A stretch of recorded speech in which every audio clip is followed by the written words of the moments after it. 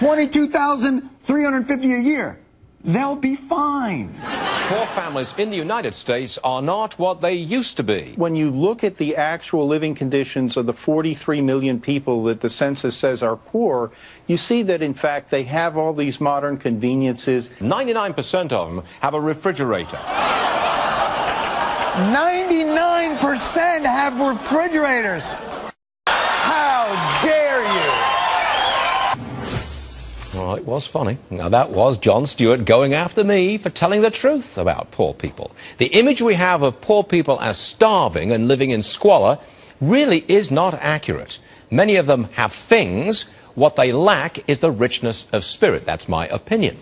Joining us now is reformed welfare cheat Star Parker, who knows a few things about poverty, physical and poverty of the spirit. Star, always a pleasure. Welcome to the program. Well, thank you. It's good to be with you again. I always see in you a beautiful woman with a sparkling demeanor, not because you're no longer on drugs and because you're out of physical poverty, but because you have gotten rid of the poverty of the spirit. Am I right? All right. You're absolutely right about me, and thank you for that. But every time you show that video of when I told you I was on drugs, I have to think about what am I going to explain to my grandson when he says, but Grandma, you tried it.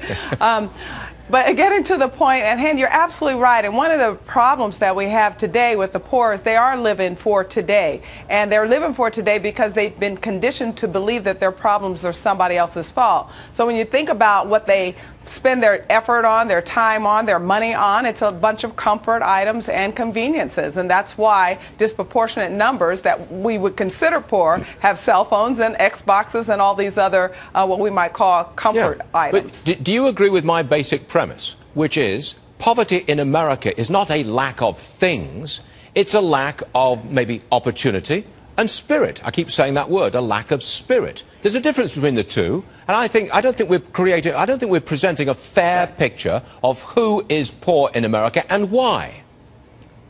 Well, because the definition has been made subjective. When you think about poverty internationally, you're absolutely right. We would think about squalor. But in America, we've built out a welfare state. So with that welfare state, we have an entitlement mentality that has come with it. So people are demanding more material items, more gain. And so you're absolutely right. There's a disconnection between their spirit, their drive, their personal initiative in this country, but yet they have many more comfort items.